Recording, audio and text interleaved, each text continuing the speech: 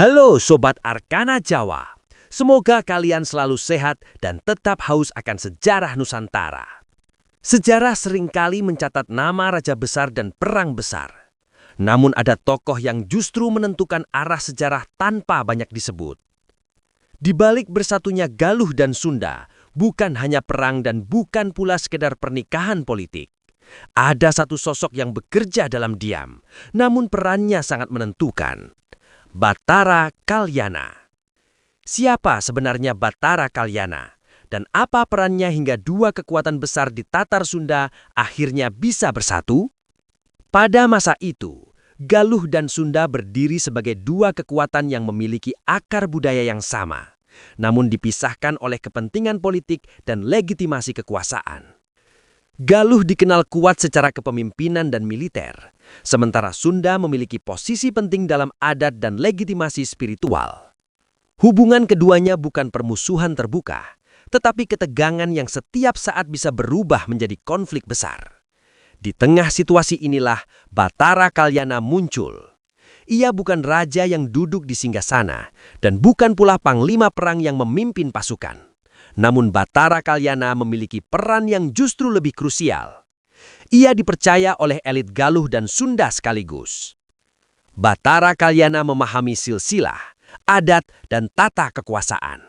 Ia tahu bahwa penyatuan kekuasaan tidak cukup hanya dengan kemenangan politik, tetapi harus sah secara adat dan diterima oleh elit spiritual. Inilah peran pertamanya, sebagai penjaga kesinambungan silsilah, agar penyatuan Galuh dan Sunda tidak dianggap melanggar garis keturunan dan tradisi lama. Momen penting pertama terjadi ketika ketegangan antara Galuh dan Sunda mulai mengeras.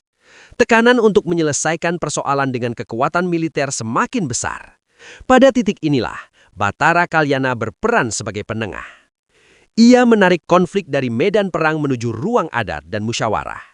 Keputusan ini menjadi titik balik, karena persatuan tidak dimulai dengan darah, melainkan dengan kesepakatan adat. Inilah peran keduanya, sebagai penjaga legitimasi silsilah, agar penyatuan Galuh dan Sunda tidak dianggap sebagai penaklukan satu pihak atas pihak lain. Momen penting ketiga justru terlihat dari apa yang tidak terjadi.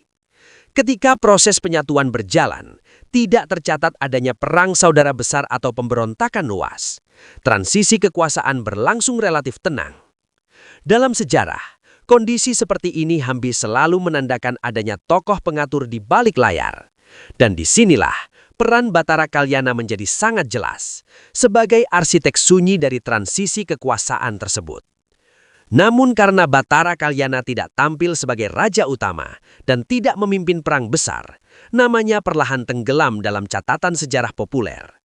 Sejarah sering mengingat mereka yang duduk di atas tahta, bukan mereka yang memastikan tahta itu berdiri kokoh dan tidak runtuh oleh konflik.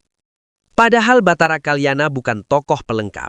Ia adalah simpul sejarah, penghubung antara dua kekuasaan, dua tradisi, dan dua kepentingan besar di Tatar Sunda. Ia membuktikan bahwa sejarah Nusantara tidak selalu ditentukan oleh pedang dan peperangan, tetapi juga oleh kecerdasan membaca situasi, kebijaksanaan menjaga adat, dan keberanian memilih jalan damai. Jika hari ini kita mulai memahami peran Batara Kalyana, maka kita sedang membuka kembali bagian sejarah yang selama ini tersembunyi. Sejarah bukan hanya tentang siapa yang berkuasa, tetapi tentang siapa yang menjaga agar kekuasaan itu tidak menghancurkan bangsanya sendiri.